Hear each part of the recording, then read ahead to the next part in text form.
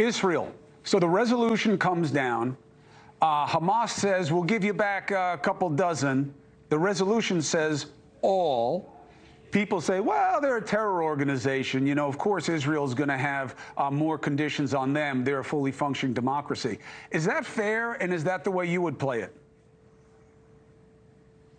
Well, you know, I think, first of all, I think the most important thing for everybody to do is to express compassion for the people right now, particularly all the children who are suffering in Gaza. And I think the point that you made earlier was a really important one, that Israel is doing more right now to protect human life and has done more over the past 16 years to avoid this outcome than we would expect of any nation in the world.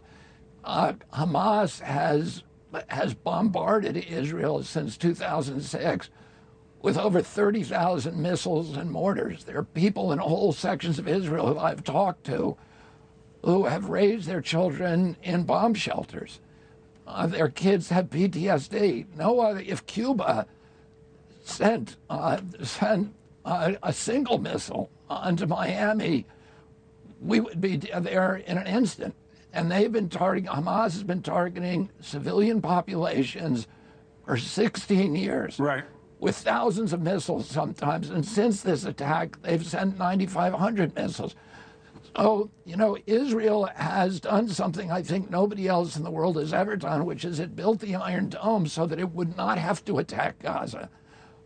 What happened on October 7th with this attack was the worst slaughter of Jews since the Holocaust, made them realize that this was no longer just a tactical problem that they could deal with defensively, that it is now a strategic threat, the survival of their nation, and they need to go in there. And Hamas, of course, did not build bomb shelters for its civilian population. Right. It built tunnels, 1,300 miles of tunnel, or 1,300 tunnels, 300 miles for its fighters, and it's protecting them and using civilians as shields. So I think as you said, it's almost an insurmountable problem for Israel. So, Bobby, how would you address, with your strongest base, which is younger voters, how they're handling it here and on college campuses, basically saying this is what Israel gets? Israel is an occupier. Israel is a colonizer. And October 7th was just a cry of the desperate from all of the oppression. And it's about Israel. That's the real problem here, not Hamas, which is the first time I've ever heard in America any kind of explanation for the actions of a terror organization.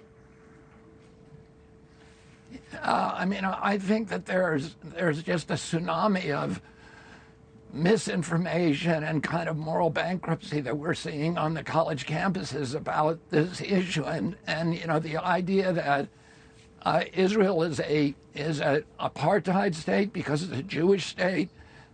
Israel is the only nation in the region that does not have an official religion. All the other surrounding nations are Muslim. You know, there's 40 nations in the world, 42 that have official religions. There is none in Israel. Israel is a free nation. It's a democracy. Palestinians in Israel can vote. They can hold political office. Even the prime minister and the president of Israel, if they win that vote, they hold positions on the judiciary. Every court, including the Supreme Court, they serve in the Knesset. A couple of years ago, a Palestinian judge, an Arab judge, convicted the prime minister of Israel for corruption. Israel has freedom in Gaza, you get the death penalty for selling land to a Jew. There are no Jews in Gaza. Oh, you look at this double standard that is being now applied to Israel's behavior compared to the behavior of all the countries around it. There's no other country that is a democracy in the region.